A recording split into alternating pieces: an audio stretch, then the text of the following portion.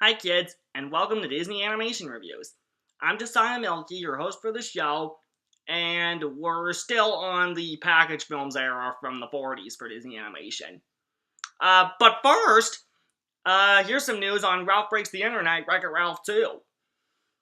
We haven't gotten much promotion other than the teaser trailer back at the end of February, but earlier this week they revealed some new images from the film.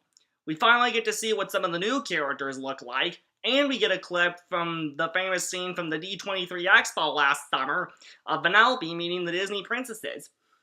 They've also promised us a new trailer will be debuting sooner or later, so be on the lookout for that. So that's the latest Wreck-It Ralph 2 news, but today we're talking about continuing Disney animation during the 40s.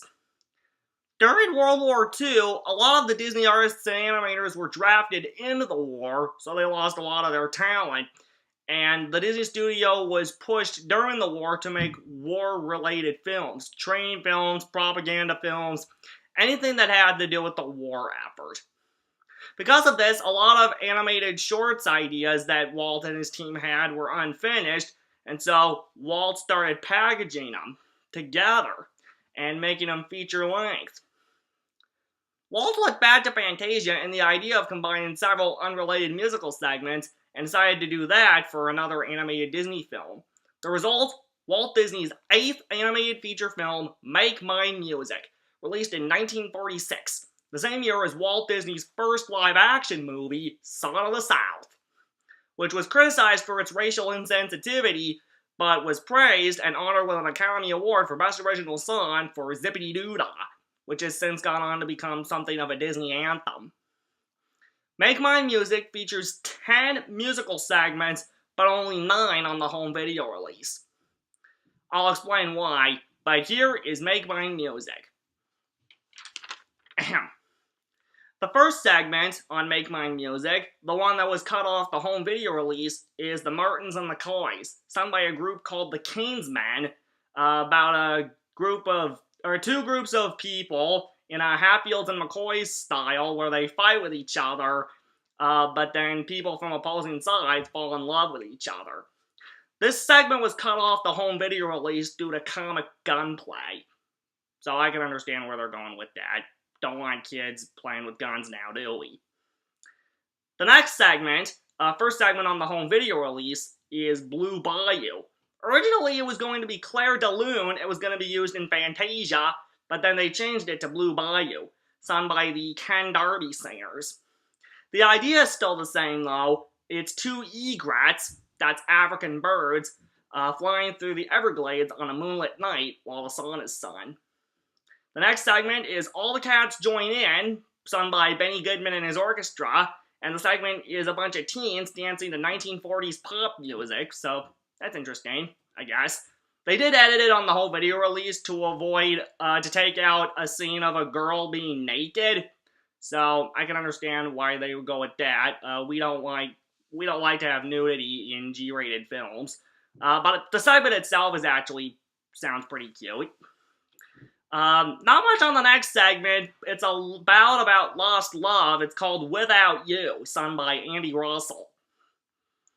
The first segment, 5th segment on the video, but the first one that I think everybody will remember well is Casey at the Bat, narrated by Jerry Colonna, who later for Disney did the voice of the March Hare in Alice in Wonderland.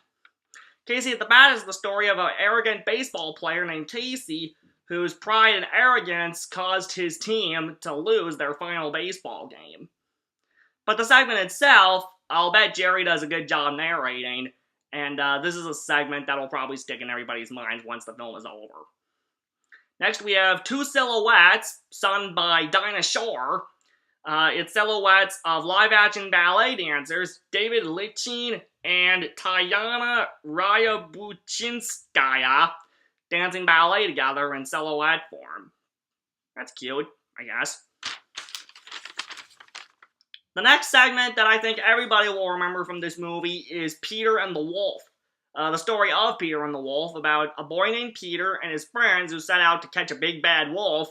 The story is narrated by Disney voice actor Sterling Holloway, who had just narrated the Pablo the Cold-Blooded Penguin segment from the Three Caballeros. and of course is the voices of Winnie the Pooh and numerous other Disney characters. This segment actually got re-released by itself as part of the Disney Favorite Stories collection on home video in the 90s, so this is another one I think you'll remember pretty well. Benny Goodman and his orchestra return for the next segment, After You've Gone, where they're imagined as musical instruments playing together. Interesting. The Andrews Sisters sing the next segment, Johnny Fedora and Alice Bluebonnet, about two hats in love. The Bluebonnet girl gets sold, and so the Fedora makes it his mission to find her so they can live happily ever after together. It's kind of like a precursor to Wreck-It Ralph's short Paperman, and Pixar's short The Blue Umbrella from Monsters University, where two characters, Paperman it's people, the Blue Umbrella it's umbrellas, they fall in love with each other, and the boy makes it his mission to reunite with his true love. They're doing that here, but with hats. But while the Blue Umbrella, I think, is better to convey in this kind of story, I don't think hats is a good topic. But it's cute, I guess, and the Andrews Sisters, I bet, have really good singing voices. I've heard their music, so. And then the last segment, and the one I think everybody will remember, is The Whale Who Wanted to Sing at the Met, sung and narrated by Nelson Eddy, who also does all the character voices in this segment. It's about a whale named Willie who wants to sing opera, and he finally gets his chance, and his opera singing wows everyone. But then it takes a dark turn at the end when he's harpooned and killed, but Nelson Eddy finishes his narration by saying Willie went on to sing in heaven. So it's a bittersweet ending, but it still sounds like a cute segment. So that's all the segments of Make Mine Music, in the order they appear. I myself have not seen Make Mine Music. I think this is the third animated Disney film I've seen that I have not actually seen in this series in chronological order, but I've read about it and read other people's reviews on it to give you my personal take on it. Make Mine Music is definitely not one of the better animated Disney films. Nowhere near the artistic height of Fantasia, and some of the music doesn't sound that great either. There are some notable segments, like I said, Casey at the Bat, Peter and the Wolf, and The Whale Wanted to Sing at the Met, but everything else is either really slow or not that interesting. And the fact that they cut one of the segments, the opening Martins and McCoy segment, is kind of disappointing. So, unless you're a die-hard Disney animation fan and want to see all the animated Disney films at least once, I would probably skip this one. There's better animated Disney films out there for you to watch. Make Mine Music made its home video debut in the summer of 2000 as part of the Walt Disney Gold Classic Collection.